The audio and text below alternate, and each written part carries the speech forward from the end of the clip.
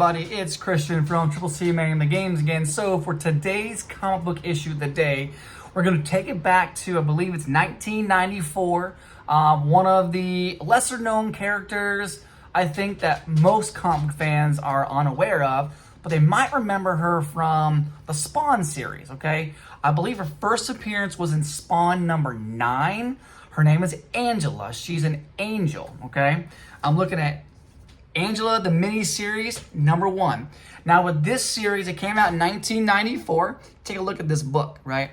See a nice little Angela across the top here. See the Spawn image up here. It is an Image comic. December 1994, excuse me. Look at this artwork. That is so awesome. That is beautiful. All the books in this series have this style artwork. It looks like it's a mirror, essentially, right? And then you see Ange in the background here with her sword up top here, who she's battling. Look at her face. You can see like her mask on there. This book was very interesting. I don't know much about Angela, but I really enjoyed her first appearance in Spawn number 9. So I want to check it out. This is her second appearance, by the way. Key issue comic. Each of these books is somewhere between, I would say, it says that the way, like Key Collector says that book 2 and 3 are about $3 a piece, which is the current value. I think I got all 3 books for like $20 maybe. So I would say this book here being second appearance, beautiful artwork, very intricate story that comes in place here. I would say it's a good $10 to $15 book easily, okay? If not more, based on the right collector.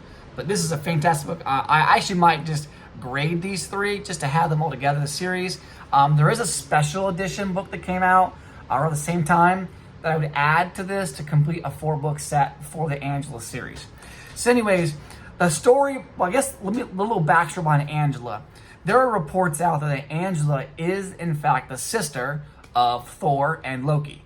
I don't know how true that it is. Maybe in different universes, potentially, different story arcs. Great. But this story doesn't go into that. It just goes into a little bit about, I guess, like, how Spawn and Angela actually met.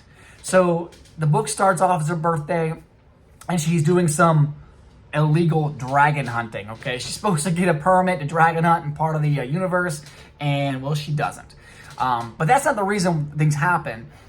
You start to realize that the angels come in, she takes this dragon down, and the angels come in there, and they say she's under arrest. And they bring her back to the sanctuary, essentially, the city of light, or the glass, and that's where all the angels live. And she's going to be held and go to trial.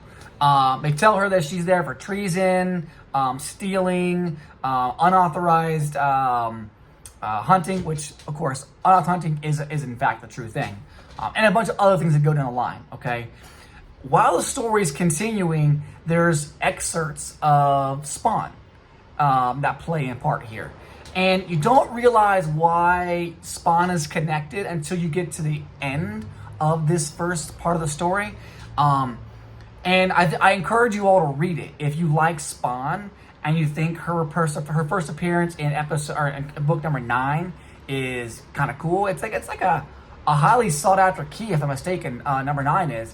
I recommend 100% checking this series out. It's only 3 books. You can get them $20. Great artwork. It is exactly like the Spawn artwork. But from my understanding, there was some sort of issue between Todd and what was his name? The other. Let me see if I can find his name real quick here. The artist. Oh, yeah, I think it's Neil. So between Todd and Neil Gaiman, there's some dispute over whose character she is, and some of the artwork that went into it. So I know there was some sort of lawsuit issue that plagued them for years, that kind of went about it. And that kind of, when you have that close working relationship and then all of a sudden something happens, it kind of sucks because Spawn's continuing. I actually wouldn't mind seeing more about this character. I think she's a really, really cool character. In this series, she's kind of sexualized. It's weird because she's an angel, but her armor, she has this this bra top, a panty bottom, and pretty much she's naked everywhere else. She's got like ribbons and things going around her, and she got some sweet armor on her shoulders, her arms, her legs. But she's kind of viewed as a sexualized character. Now, from my understanding, as you see her throughout the history of comic books into the early 2000s, she gets more and more, I guess, armor on, so it's less sexualized for her.